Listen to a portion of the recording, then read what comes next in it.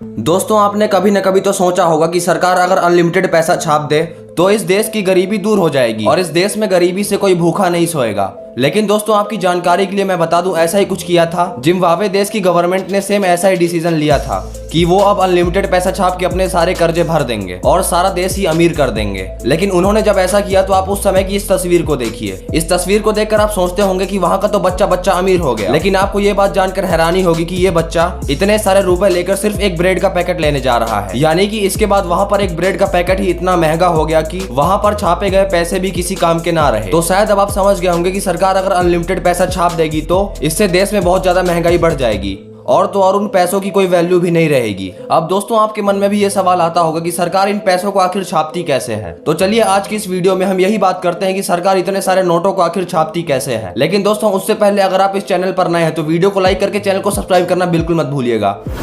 तो दोस्तों, नोट बनाने के लिए सबसे पहले फैक्ट्री में बहुत सारे कॉटन्स को लाया जाता है और फिर उन कॉटन्स के बड़े बड़े बंडल्स को अच्छी तरीके से मैश कर लिया जाता है। प्रॉपर तरीके से मैश होने के बाद फिर उस कॉटन को पेपर और पानी के बहुत बड़े ड्रम्स में फेंका जाता है ताकि इनसे बनने वाले नोट बहुत ही अच्छी क्वालिटी के बने और आम पेपर के मुकाबले काफी ज्यादा मजबूत भी हों। अब दोस्तों, उस कॉटन और पेपर के मिक्सचर से सारे के सारे पानी को निकालने के बाद एक मशीन में डाला जाता है जो कि उस सारे के सारे मिक्सचर को दबा दबाकर एक बहुत ही अच्छी क्वालिटी का पेपर बना देता है। और आपने देखा होगा कि इंडियन करेंसी की नोट पर गांधी जी का वाटर मार्क होता है और यही वो वाटर मार्क है जिसको नोट में सबसे पहले बनाया जाता है। अब एक तरफ से सारे के सारे पेपर में गांधी जी का वाटर मार्क चढ़ा दिया जाता है और दूसरी तरफ से एक रोल के सहारे से पूरे के पूरे पेपर्स के साइज को चेक कर लिया जाता है कि कहीं कोई नोट बड़ा या छोटा तो नहीं हो रहा है। और फिर उस बड़े से रोल को 3 पार्ट्स में डिवाइड कर लिया जाता है ताकि आगे चल के उन्हें कोई प्रॉब्लम ना हो। अब दोस्तों, आपने इंडियन नोट्स में यह भी देखा होगा कि उसके ऊपर होलोग्राम लगे होते हैं और ये हर नोट में अलग अलग कलर के होते हैं। अब दोस्तों, इस होलोग्राम को भी नोट के ऊपर लगा दिया जाता है गांधी जी के वाटर मार्क के बाद। इसके बाद उन सारी नोट्स का विजुअल इंस्पेक्शन होता है जिसमें हर एक नोट को बहुत ही अच्छे तरीके से चेक कर लिया जाता है कि होलोग्राम ठीक तरीके से लगा हुआ भी है या नहीं। अब दोस्तों, इसके बाद उन सारे के सारे पेपर्स के टुकड़ों को इस मशीन के ऊपर लाया जाता है और इसके बाद इन सारी प्रोसेस के बाद इन पेपर्स को प्रिंटिंग एरिया में भेज दिया जाता है और फिर एक एक करके सारे के सारे वर्कर्स इन पेपर को प्रिंटिंग मशीन के ऊपर डाल देते हैं। और दोस्तों, प्रिंटिंग सेक्शन में भी नोट 3 तरीके से गुजरते हैं और इन 3 जगहों पर नोट को अलग अलग कलर से प्रिंट किया जाता है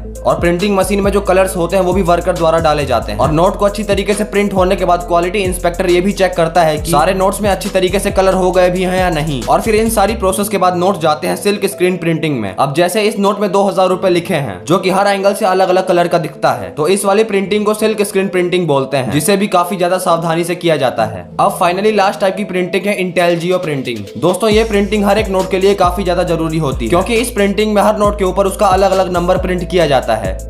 और दोस्तों, जब सारी की सारी फाइनल प्रिंटिंग हो जाती है उसके बाद इन सारे पेपर्स को ले जाया जाता है कटिंग वाले एरिया में और इन सारे बड़े बड़े पेपर्स को फिर कटिंग मशीन में भेजा जाता है जहां पर सारे के सारे नोट्स को बिल्कुल प्रॉपर साइज में काट दिया जाता है और फिर उन नोट्स को कटिंग के बाद बड़े बड़े पैकेज में भेजकर बैंक्स में भेज दिए जाते हैं। और जो कुछ भी बचे कुछ नोट यहाँ पर खराब हो जाते हैं उन सभी को RBI के पास भेज दिया जाता है जहाँ पर उन सभी की कटिंग होकर उनको दोबारा से रिसाइकल किया जाता है। तो दोस्तों, ये थी आज की वीडियो जिसमें आपको समझ में आ गया होगा कि एक नोट को कैसे बनाया जाता है। तो दोस्तों, अगर वीडियो पसंद आई होगी तो वीडियो को लाइक करके चैनल को सब्सक्राइब करना मत भूलिएगा। मिलते हैं अगली वीडियो में।